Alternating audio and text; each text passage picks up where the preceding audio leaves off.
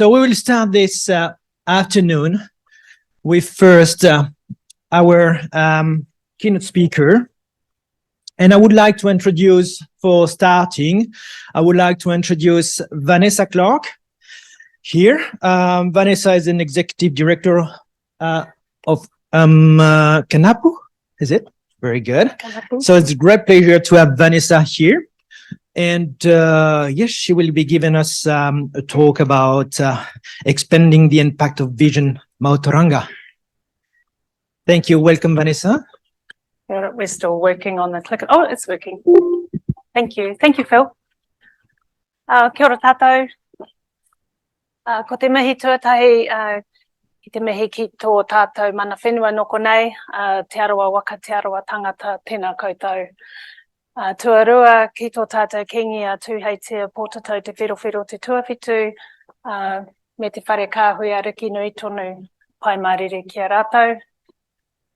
Ki ngā mate kua whetū rangitia, haere, haere, haere, haere atu rā. Kia tātou katoa, te hunga ora, tēnā koutou katoa. Ko Vanessa Clark tōku ingoa, he uri tēnei no te puahau Waikato, taupiri te maunga Waikato te awa, Waikato te iwi. Ko au te Pouhere Kanapu, kia tēnei mea Kanapu. So just extending my greetings to you all. This week, in fact, has been quite a big week for us as Waikato Tainui. We celebrated the 17th coronation of our Māori king earlier in the week. And I just wanted to extend my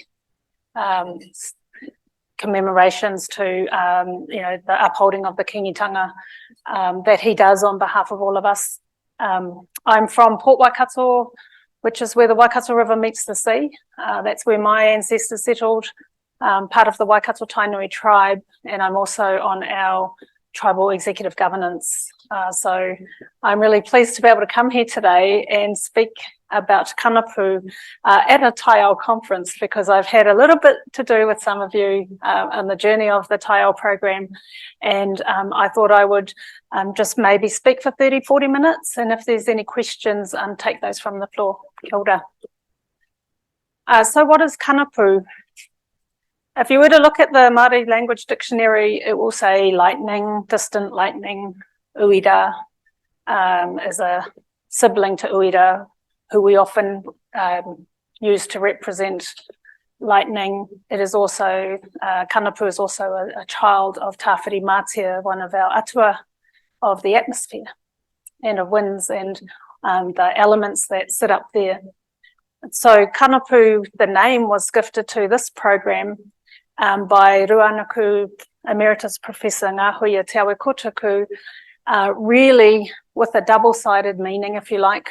So Kanapu sits in the atmospheric space. We can think of Kanapu as a metaphor for system change. So lightning strikes. The scientists among you will know that in lightning, there are positive ions and negative ions, and from those lightning strikes create new things. And that's one way we can think about Kanapu. In the same way as Ngāhuia shares on her kōrero above here, Kanapu can also be a light bulb moment. And so when we think about Māori researchers, Māori scientists, and our community practitioners, often for them, the opportunity to participate in the research, science and innovation sector is filled with challenges. Some of you probably have lived through some of those challenges. And so we think about Kanapu as a way of doing things differently. But it takes its genesis from lightning. And so we're really privileged to take the name forward into this particular program. The tagline for us as Kanapu is the particular saying here, hiko hiko te uira, papa te whatitiri, I Kanapu ki te rangi haruru ana te ao. And the first three lines there speak to what really are the three opportunities for us as Kanapu over a 6-year time period.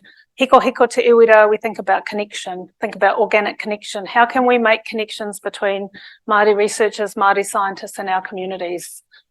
Often the ones in communities don't know who to contact into a CRI or a university, often some of our people are still learning their own whakapapa and their own identity as Māori and don't really have connection into community. So one of the things that we'd like to do through Kanapu is create the opportunity for organic connections across Māori researchers, scientists in our communities. Secondly, for them to be able to participate in the research, science and innovation sector, what are some of the things that they might need that are quite different to going to a regular course on project management or something like that? So what are the different sort of system supports that we might need to put around them to help them participate more fully in the research, science and innovation sector? And then I Kanapu ki te rangi is around acceleration. So how do we grow not only Māori talent across research and science, but also accelerate our people into leadership positions so that they can then sit in communities and take more of a leadership role in research projects. And then finally, Haruru ana te ao speaks to reverberation. So this is the one that sits with me the most. If we're not doing things that can cause a reverberation, be that a ripple or something more significant like an earthquake, then why are we doing it? So for us, those are really what Kanapu is all about. But we are born from one of 5 expanding the impact division Mātauranga initiatives. And so in August last year, Minister Verrill announced the Kanapu program, but we are only one of 5 initiatives. And if all 5 come together well, I have another slide on it, then some good things should come of that. But we all come from the same amount of budget appropriation from 2020 to 2024. $33 million was set aside then. Kanapu is about growing our talent across the sector and also enabling Māori to better navigate the system. We aren't about funding. That's another one of the other 2 initiatives that do that. We're fully funded by MBIE and we sit under the korowai of Ngā Pae o Te Māramatanga, which is New Zealand's Māori Research Centre of Excellence. So just on the 5 expanding the impact division Mātauranga initiatives, some of them you may have already heard about. They were launched February, I think, of this year. So Te Ara Pōtaki is an internship program which will be made available to Māori studying agri-science and agri-tech. And they'll have an opportunity, I think 4 or 5 a year, to go across to the USA and sit with companies that are actively engaging in agri-tech space. The Ngā Puanga TAIAO fellowships, these have been announced in the last couple of weeks, and these are set aside fellowships with the Royal Society of New Zealand, set aside for Māori and Pacifica fellows to support them as ECRs, early career researchers, or mid-career researchers.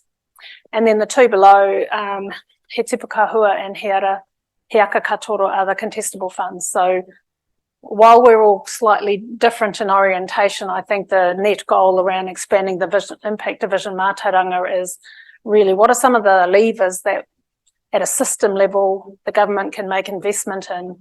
And if all of us are on a 6-year trajectory, hopefully there'll be some good things that come out of that and then can nest and sit inside Te Ara Pairangi, which is the Future Pathways program. Probably if there was anything we could do better at this time is that our bubbles, while we are all connected on the slide, we're not necessarily connected in practice. So there's always room for better coordination and collaboration. And I'd like us to become more of a type 5 as we, using the rugby analogy, as we go into the second half of this year. And some of you might be thinking, so why invest specifically in Māori researchers, scientists, and our community practitioners? If you haven't seen this report, I'll make sure that I make the links available. But earlier in the year, MBI through Martin Jenkins published this report, which is using roughly admin data. So not using a lot of the data about who is Māori in the ecosystem and what are they doing and where are they. But from that analysis of projects that were funded from 2018 to 2020, we had $1.9 billion available annually, and only $52 million of that made its way into kaupapa Māori projects. Kaupapa Māori projects generally being by Māori, for Māori, with Māori, and having a Māori PI or a co-lead or project lead. So that's our opportunity space in the timeframe that I'm with Kanapu, is how can we make sure there's more representation? How can we make sure that there's more access to be able to apply for these funds? So I'm not sure, Albert, if you can see where the TAIAO funding came. But, you know, what's great is I think this number now sits around 2.1, 2.3 billion annually for New Zealand. But our number hasn't changed. When I say our number, the Kaupapa Māori project number really hasn't shifted. So we've got a lot of work to do, which makes it really exciting. And there's some stuff that I'm sure you guys can help us with. Just a little bit about Ngā Pae o Te Māramatanga. Ngā Pae o Te Māramatanga is one of the cores. So the Centres of Research Excellence, they were refunded 2 years ago, like all the other cores around the country, but are 20 years old. And in the time that Ngā Pae came to be, the founding co-leaders of Ngā Pae, you could have taken Māori with PhDs and put them in those little red telephone boxes. We could fit them all into one phone box. Now we can fill 2, not jumbo jets, because I think there's larger ones, but those luxury airliners, we can actually fill that with Māori PhD qualified people. That's over 20 years. So if you think about the previous slide and how we're wanting to try and grow the participation of Māori in the project space, I look to Ngā Pae as a real key beacon of what was done then. And we're really fortunate that we can sit inside that space, so the Kanapu program. We have a really small team.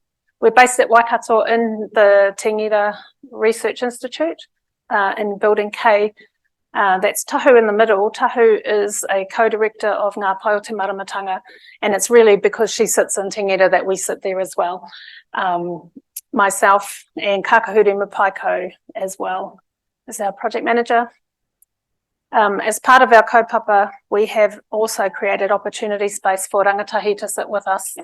And the rationale for that is if they're not part of the thinking today, how can they live the tomorrow? And we really want them to be owning some of these initiatives into the future.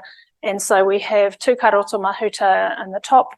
Tūkaroto has just finished a program run in collaboration with Waikato Tainui and Te Pukenga Wintec Design Factory around Te Pito Whakatupu. And the tribe has invested in 12 young people who can go into some of those co-design, change-making spaces, transformation. And so we're really pleased that he can join us for some of the engagements that we do. And then Kanani Berryman is a second-year law student at Waikato. She's studying law part-time. But all the work that we're doing wouldn't be possible if we didn't have a key partner, and our key partner is Arte Solutions. Arte Solutions are based in Te Wairoa on the east coast, or Kahungunu. They got flooded really badly, and yet they didn't drop the ball on any of our Kanapu deliverables earlier in the year. So we're really pleased to have them as our key partner, so that when we go into communities, when we go across New Zealand, a lot of the people in the photo you see have whakapapa connections into all of these different places. So it makes it a lot easier for us as a program to move into Māori spaces when people in your team have whakapapa connections there. The organisation is really well known, is credible, and they're also genuinely good people. So these are our sponsors.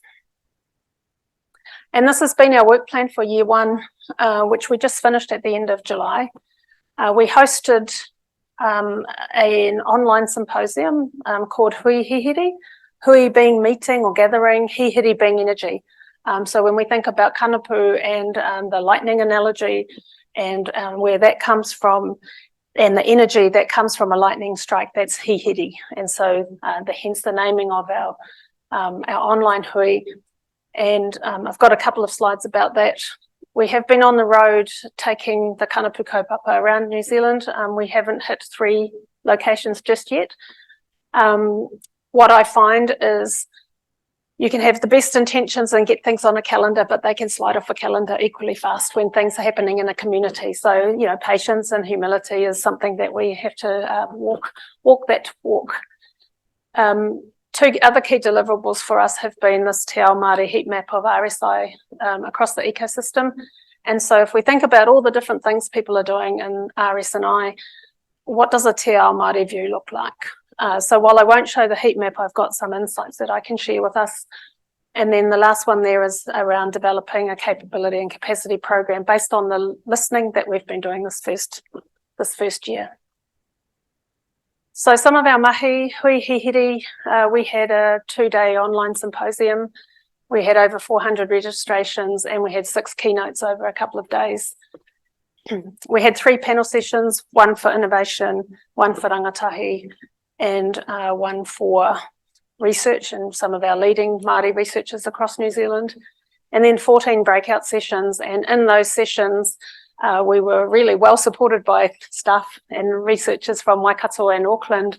But we talked about all manner of things. How do you get a project funded? How do you find out who has particular expertise in your area? And the one thing that kept coming up, which is why I wanted to be here today, was data. Who's got our data? What are they doing with our data? If it's not by us but it's about us, how do we get access to it? So data was a common thread that came through hui hihiri. But at the end of the 2-day symposium, we wanted to give something back to people, and this is something we try to do as Kanapu generally. So what that was is this medal board, what we call our Kanapu medal board, and we posted a lot of the publicly available and accessible resources that are out there for anyone who wants to do a project. In this case, you'll see references to Tino Rangatiratanga, but Māori research entities was another common theme. People want to do their own research. They want to know, do we need to be a research entity to do our own research, or can we get on with it? So what we've put together as a resource coming out of that is this. And if I was to kind of zoom in on it, I think there's probably about 10 giant bubbles with a lot of information sitting in there along with the keynote and panels from that particular event. And this is live. It's for the community that came, but the idea is that they can add to it. We have to go and clean it up from time to time, but there is a bubble on data, and I should have moved it across for us to look at in more detail. And then when we took our Kanapu kaupapa on the road, as I mentioned, we've gone into different regions. These really were the questions that we were wanting to hear from people. So not only what types of research, science and innovation type work are they doing, but what are the challenges and what are the barriers? Because what comes from barriers and challenges become resources from those who have already navigated that before them. So these have been some of the questions that we've been able to take into different communities, and I've got a few snippets of the different regions that we went to. So we went to Nelson, Waikato, and the theme for this particular workshop was around what does a tikanga Māori research entity look like? What's a really easy question to write on paper, but it's a really hard question to answer. So we had from Waikato Inc., which is representing commercial interests of the tribes of the top of the South Island. Then we had some of their iwi, and we had some of their hapu, and we created an opportunity for them to talk about that. And we had 3 panelists on that particular day, and we were fortunate to have Aroha Mead with us, and she's one of the most well-versed leading Māori academics around constitution for Māori. And so around nation making, she suggested we might think about how do we create a research nation, if you use the same analogy. And so she had some thoughts that she shared. We had another panellist who some of you may know of. Her name is Melanie Markshad-Bolt. She was the DC at Ministry for Environment, but she's gone to start heading up a non-profit called Te Tira Whakamātaki. So for those of you that are in the environmental space, she's like leading out in lots of things there. What she shared with the organisation is that almost everything they do is a hack in the system. So if you think about communities that are not included or aren't able to participate really well in the research, science and innovation space, this is someone who came from an institution, has sat with an iwi, has sat with public government spaces, and yet in the context of setting up a social enterprise, everything they do is a hack. So that tells us that something's not quite right with the system. And then the one in the middle there that was Dee Sharja, and she spoke about what's the opportunity space for rangatahi? How do we pull them in? And really to take the lead from tupuna driven, which is our ancestral wisdom and knowledge, to being mokopuna focused, which is not your next generation, but it's your next 7 generations. So that was that theme. We did a rangatahi focused one in Christchurch or Tautahi, and this was facilitated by some young people at Tokana Te Raki, which is the future focused of the Ngāi Tahu iwi. And this was interesting because we had young people from all over the world, from all over the country, but all their projects were equally all over the country. The one thing that they could all agree on, which was a priority in their work, whether it's paid work, whether it's passion work or whatever they're doing, climate emergency. So they would like us to see in the research, science and innovation space, enabling them to participate in things related to climate, not just resilience, but more just the emergency side of things. We then went to Wanganui more recently, and in that particular session, we heard from a range of people. The topic there was around hauora and oranga. And so these are a lot of grassroots collectives who came together and they wanted to share what are they doing in their particular areas, what do they find easy, what do they find hard. And the last one that we went to was in Gisborne in Te Tairawhiti, and we went to an unconference. Do you guys know what an unconference is? People been to one? You buy a ticket, you rock up, and they just have a whiteboard, like the bottom one, and you put all of your ideas up that you want to talk about, and they formulate the agenda in like the first 45 minutes. So you come in, you get a cup of tea, you put all your ideas up, and while you go and have a cup of tea, other people are trying to help build your agenda. But the topics from Gisborne, this was during Matariki, so the idea was, could they create an event that had a bit more of an uplifting feel to it and an uplifting vibe for a community that had been smashed by slash several times now, flooding several times, climate, weather extremes and what have you, on top of cost of living, all of those other things that people grapple with. And yet when you look at the topics, Indigenous biodiversity, that's what they wanted to talk about. Atuatanga and astrology, learning from animals, as well as making online spaces safe. So this was a great way of getting a local community voice into a space to kind of hear from them. What are the things that they are thinking about? So we were quite amazed, and we took a team of about 5 people and were able to facilitate some of the sessions. So I think the unconference for us was one of the highlights, and it's something that I think we'd like to do in the future. So coming from that, I mentioned we've heard a lot about data. We've heard about data in Huihihiri. We heard about data in each of the regional events that we've gone to, and data is quite an expensive space.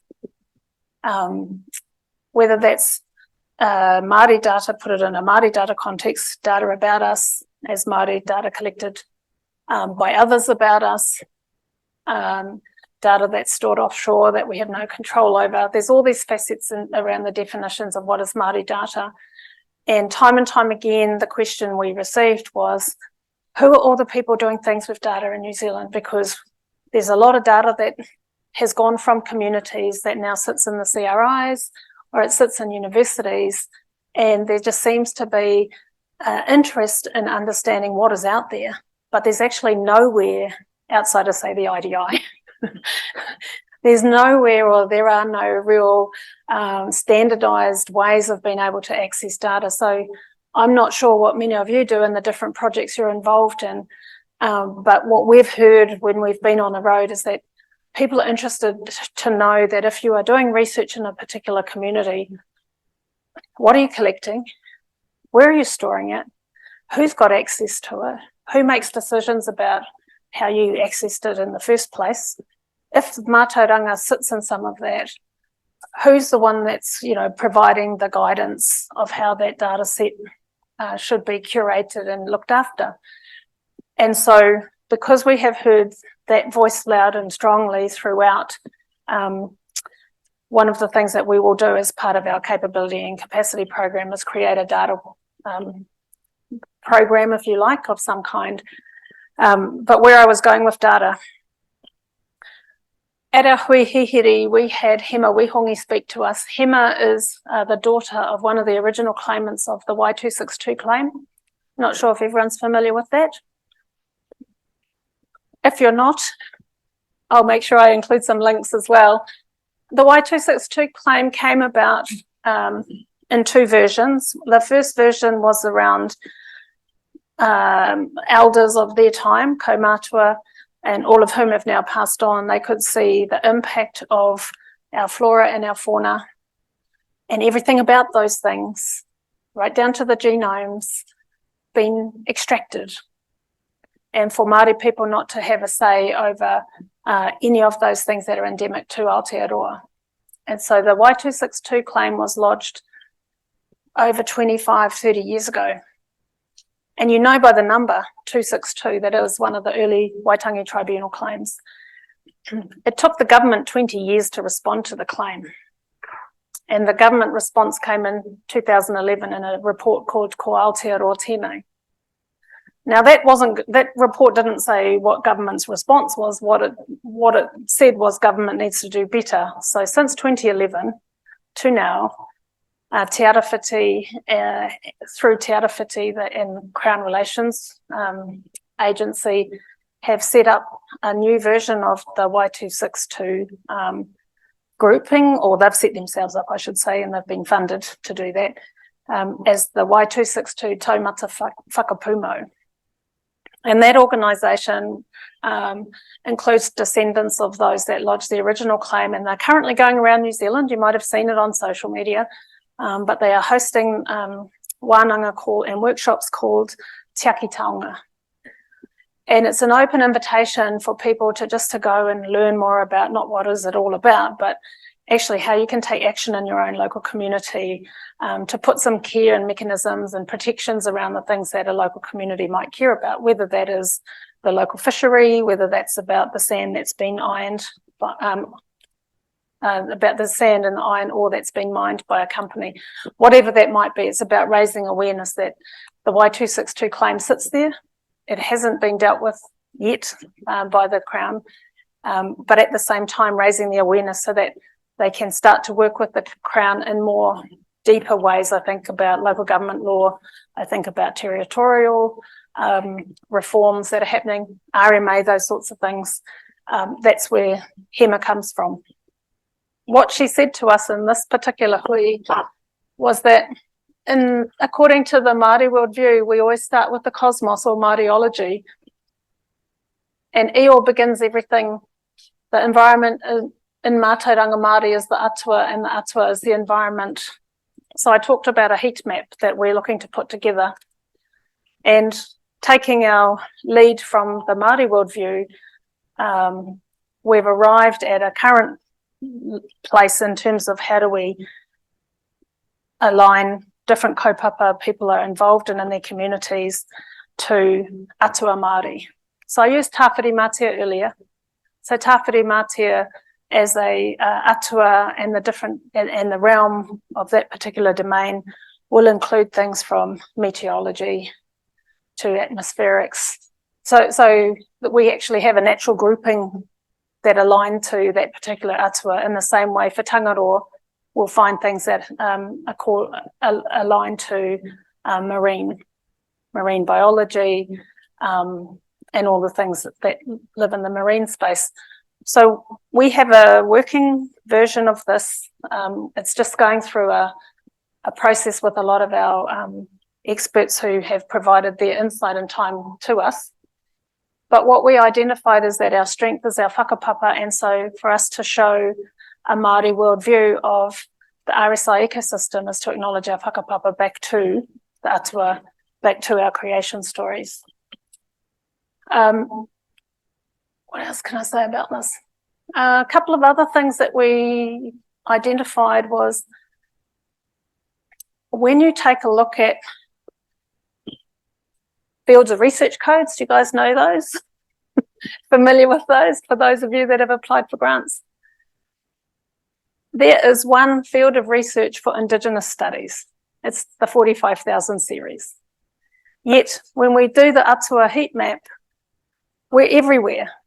And so there's an opportunity in future years to come that if there was an update to be made to the ANSRIC codes, or if there was an update to be made to any one of the codes, the Atua heat map that we've developed will give us a good basis to say, actually, Te Māori exists in all of these other spaces as well. Don't lock us into the 45 series only, because a lot of the 45 series relates to arts and social sciences. So that's the heat map, but there's some good opportunities of how that might extend into and change the way we think about research, science and innovation in Australia and New Zealand. And then we've developed a capability and capacity work program, and there's probably two distinct value propositions that come out of that. One, at an ecosystem level, if you think about Kanapu as a metaphor for the research, science and innovation ecosystem, is shining a light on all the different kaupapa Māori organisations who are doing research. There are many, many out there. I mean, what we've learned going around the country is that they exist, they're savvy, they run on the smell of an oily rag. Many have never applied for funding because they've always found it a bit too hard. But at an ecosystem level, we can create a platform, a centralised place where people can locate funding, locate resources, and also connect with one another. And so I do think in the context of TAIAO and the context of a lot of the research that you're involved in, whether it's attached to the program or not, having access to something like this would probably be really useful for, if not yourselves, but other Māori who are sitting in your organisations once we roll it out. And then the second thing that we found was there's this a really big group of people who are not serviced very well at all by the research, science, innovation ecosystem today, and that's our grassroots Māori collectives. So if you think about it, you're an individual, you've gone through a process, you've got a science degree or a research background, you probably know how to get some stuff done. If you sit inside an institution, you have an organisation that does that for you. If you sit in a CRI, you also have an organisation who does that for you. But then if you're trying to activate a community that is really wanting to lead out in their own terms, there's not really anything for them. And so this is the program that I was talking about, where we want to also offer as one of the content sessions around data and all the different variations of data, is this idea of a 6-week program, online program that people can join in the evenings, because most people we know work. And we've got about 20 different skills that we heard that they would like to be taught in. So that starts from decision making, how do you make good decisions? Because a lot of the grassroots collectives come together on the basis of shared values or whakapapa connections. Often they don't come with, say, corporate skills. And that's not to say our people don't know what they're doing, they just haven't actually had access to those sorts of skills. So one of the things that we want to do is, in developing the 6-week program, what are the clusters of skills that we can make available to them through a mentoring program, and then have them log in for 90 minutes a week. I could well come back to some of you in the room to see if you'd want to join in and offer anything to the different topics. But things like, how do you get funding? Do I need to be an entity? How do I get a GST number? Things that we probably all take for granted, because if you're sitting in an institution, you don't have to worry about it. But when you're not in an institution and you're sitting in a local context, these are some of the things that you do need to think about. And then we get into other areas around data sovereignty, Mātauranga Māori, how do I protect my IP? How do I connect to a scientist within my region, if not within the country? So there's quite a lot that will sit in that program. What we will also do is fund 3 case studies. And the idea about funding the three case studies is if we can sit alongside them and document the process, we can create a set of resources for the next people who come along. So one of the organisations that we're hoping to work with is an organisation called Hard to Reach. Hard to Reach is a non-profit, and they often are family members of past gang members. They have a whole different world to the world that you and I probably live in, but they are active in research and they want to do things their way. So organisations like that, we might want to fund a case study for them to do their research, but we'll just watch the process that they go through, or other communities that are dealing with, say, extreme weather, because that one kept coming up. And then around the acceleration piece, we want to offer some masterclasses, so one a month across the year, and so that people can just join in and listen to Ask Me Anything style with a presenter. What we've heard when we've presented this to the pan-CRIs and also to Pikiaki and UNZ is that they also want it to be made available to all of our own ECRs. So I can see that being quite an interesting and an awesome opportunity for anyone to be able to join in online for an hour and be part of the masterclasses. These aren't geared towards gaining a tohu or gaining a micro-credential or anything like that. It's just about getting the information that sits in spaces that are hard to reach for communities so that they can actually be active participants when it comes to their research. And then the last one, which I think is quite exciting, is exchanges. And so the idea is that we would create exchange opportunities for a community organisation to send a person to go and sit inside a CRI, for example, and learn about modelling, whatever the modelling might be. It could be to do with what you guys were doing this morning with the trees. How do you create an exchange program around that where you've got a community that has a special affiliation to something in their area? So we want to be able to create that opportunity for Māori researchers and scientists to go and connect into communities, and or people who sit in communities to go and connect into institutions and CRIs. And we've been told, don't make it more than 2 weeks. We're not going to lift and shift our families. We're not going to take on, stop work, but we could probably take time out of our lives for, up to 2 weeks. So that's where we're going with that. And so then this is what our work plan looks like for the new year, launching our capability and capacity program, largely what you saw on the previous slide. We want to complete the requirements for a navigator resource. So that's that idea of a big platform where people can come and pick and choose and see. I'd be really interested if anyone's got good ideas for scraping things on social media, because if you're not looking at it at the right time, you'll miss an event. And there's so much happening that we would like to have access to some really smart technology that helps us to put some of that stuff in one location that people can see at a just-in-time type approach when they need it. We have our hui hihere again next year, and then we're looking to create some community awards.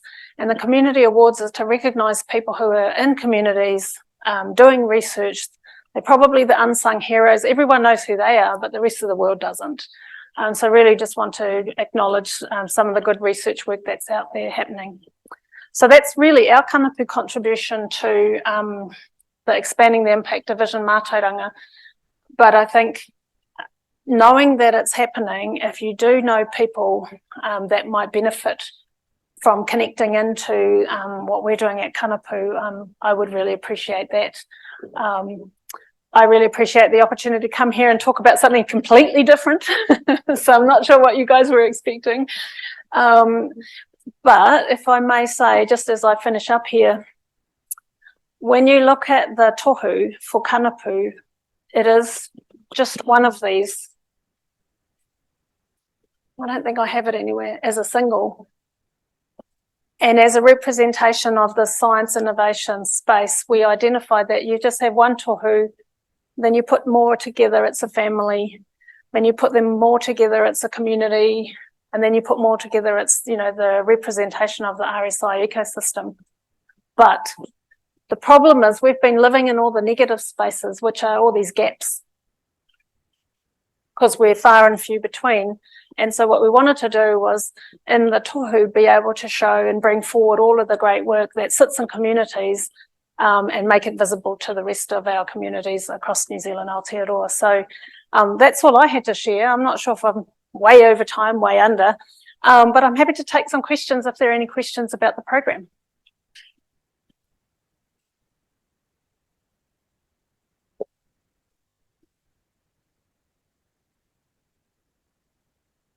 Got any burning questions?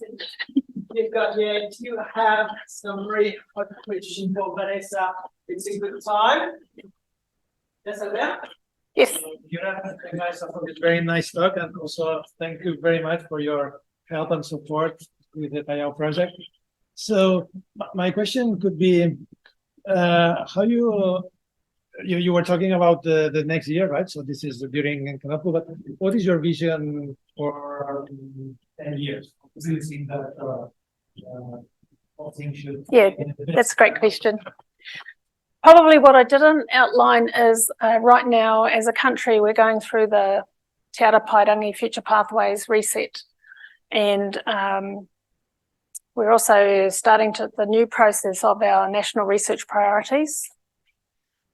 And we also have all of our centres of research excellence all ending at around 2028, in the same way that all of our national science challenges are also ending at the same time.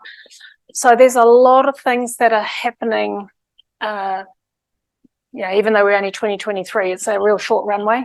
In the next 5 years, there are a lot of things that are wrapping up. There are a lot of research programs that are trying to look at what are the synergies that they might take away and then contribute to another set of national research priorities. We're no different. So if I think about Kanapu, I would like to think come year 5, some of the initiatives that we're kicking off are great and they grow our people. They can see themselves reflected across research, science and innovation. And then that can then turn into policy.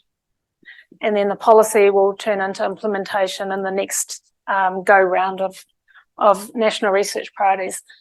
So that would be the kind of perfect world scenario, but we don't live in a perfect world. So we just have to work with what we have. And if it means that we do some good things in the next 5 years, the impacts of those may not come for another 5, 10 years. That's okay. So our focus right now is making sure that we can think about the cradle to grave approach, if you like, of our young people coming into high schools. We've got programs like Pouhere STEM and other rangatahi programs that are giving our young kids good access opportunities. As they transition into universities, what do they get around them? As they transition into masters, PhDs, what do they get around them? So it's all working the negative spaces, if you like. So if we know where those are, can we catch them, put some supports around them to keep them in a particular trajectory for the time they want to? So then by the time they come out, they can spin back into community spaces. So long answer, but I think we've got to work with what we have and get some wins on the board and show value. And if we can show value, then hopefully it will turn up in policy. Once it's in policy and it gets funded, then we won't need to put the tin cup out. But good question. Any other questions? Other question? Yes. Thank you, Vanessa. This might be more of a practical question, but on your experience for the audience that is working with data, what are some of the things that we should be considering when we are analyzing that information, that data? Yeah.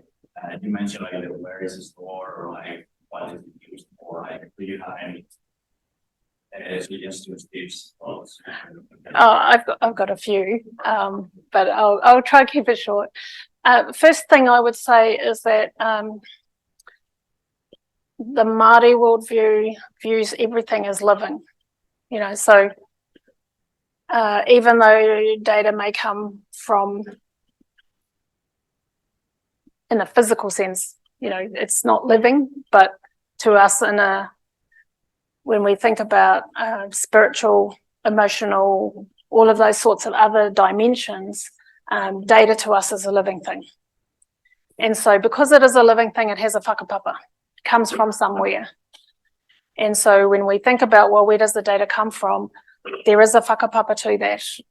And so the protection questions or the kaitiaki questions that we get often are who's putting those or who's defining what those, kaitiaki conditions might be. We talk loosely about access, permission, controls and those sorts of things, but it's coming from a deeper place. And I think the opportunity space as researchers is just giving yourselves time to go explore that. If everything has a whakapapa and a genesis, then go off and explore it. It might lead you down some interesting roads. Give yourself permission to go there. But I do think because we fundamentally have a different worldview around how we think about data, that it is living, then for us that has its own intrinsic whakapapa, and to go and explore it and find the people that would be the right ones to help define a set of criteria around the conditions for its guardianship. Around onshore, offshore storage, I could say that I'm an advocate for keeping things onshore, only because sitting across the tech sector, and we've seen it numerous times with the large tech players, is that we have little rights when things leave our shores. So there's a jurisdiction argument, but actually in a Māori way, there's no reason why we can't store things onshore in Arohe and in our wharenui, because our wharenui are the keepers of all our knowledge. So all we're saying is, well, we've already got physical knowledge houses. Putting a digital one there is not a big stretch for us. So we think that way. Having said that, there is an initiative underway with Te Kāhuiraronga, and Te Kāhuiraronga is the operational arm of the Data Iwi Leaders Group, part of National Iwi Chairs, and they have been working closely with DIA to work on a sovereign storage repository.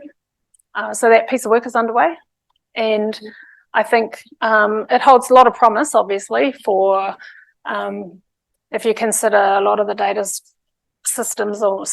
warehouses that have been set up, none of those are really New Zealand companies, with the exception of, say, Catalyst and a couple of other smaller ones. So there's some promise there. And so we're watching what does that look like around distributed or federated data storage opportunities for Māori, and watching that intentionally, because for Kanapu, we would like to be a first mover over there, just to show what's possible, so that if something can be government funded but stored in Māori infrastructure, what's the problem? So we want to be a exemplar or a case study for that, but also for lots of marae. A lot of whakapapa data is collected by marae or held by the iwi, and in that kind of living way, also wanting to see what are the options. Now, a lot of the data sets that you guys work with, when they're environmental, I just talked about the whakapapa of it. Having conversations with those communities. When we took all of university contingent to Lake Waikato a few years ago, they were really interested in the research that had been done, but then they look out the window and say, well, our lake is still dead. but the data for them was based on the natural observations that they had. And so I think for communities, it's that next extension. It's an extension of us. So how do we treat that if it was an extension of yourself? How would you treat it? So that's one way to think about it. Yeah. Very good. Another question. Otherwise, I've got a quick one, actually. Speaking of data, when we talk about data, there's some sort of a knowledge behind, and we trying to materialize knowledge into data so we can save our knowledge. I know that into Maori, in Maori culture, we don't, all the knowledge from Maori is not yet converted to data yet. And I was thinking, have you got for the future, any strategy or thinking about how you're gonna get this knowledge converted into data, or maybe another approach for the future generation? I'm working on a project in my own kind of personal context. Before I came to University of Waikato, I was fortunate to be part of a project called was funded through Marsden, counting our tupuna. And so working with Professor Tahu Kukutai, who is a relation or cousin to me, the Ngāti Tipa project has been about repatriating data about our ancestors. And so for the period 1844 to 1900, we've been able to repatriate and reconstitute the profiles of 798 of our ancestors. A lot of that data sits in a public setting, but it's not until you bring it together that you can actually create a narrative around it or breathe life into the individual who it's about.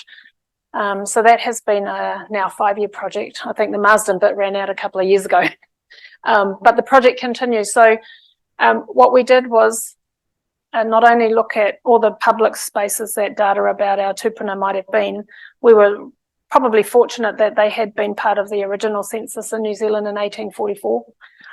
And so that gave us, I think, 113 Ngāti Tipa descendants who were itemised there, and then again in 1858. And so as we've looked at where the people lived, there's a connection between people and place. And then we looked at our land holdings, which were through the Māori Land Court process.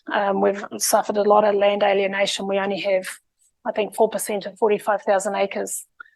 We were able to go through the court record and establish whakapapa connections to different land blocks and what have you. So for our hapu, our sub-tribe, having knowledge that we've got our 798 profile of our tupunas there is great.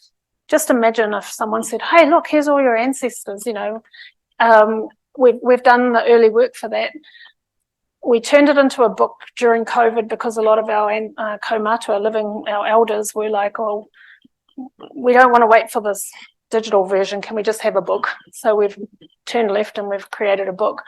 But there's enough in it that gives people a connection to their ancestors and to the land and to the lives that they lived for the period that they were alive, which goes back from 1670 all the way to 1900. So how do you make it available for future generations? We've done it both ways. So we do have our whakapapa database. We're still trying to figure out rules around privacy. If you consider, I just said that data is living, but in a system, often if it's deceased people, they have no rights. So we've been crunching through privacy, distances of relationships. Should you show people their vertical line only and not their horizontal line? All of those sorts of questions have been part of that. But what we do know is that for the generations to follow, they will have this rich repository that until the project came around, no one would have even dreamed of doing. So we're probably unique in that the starting point for us was the census. Not a lot of hapu have that.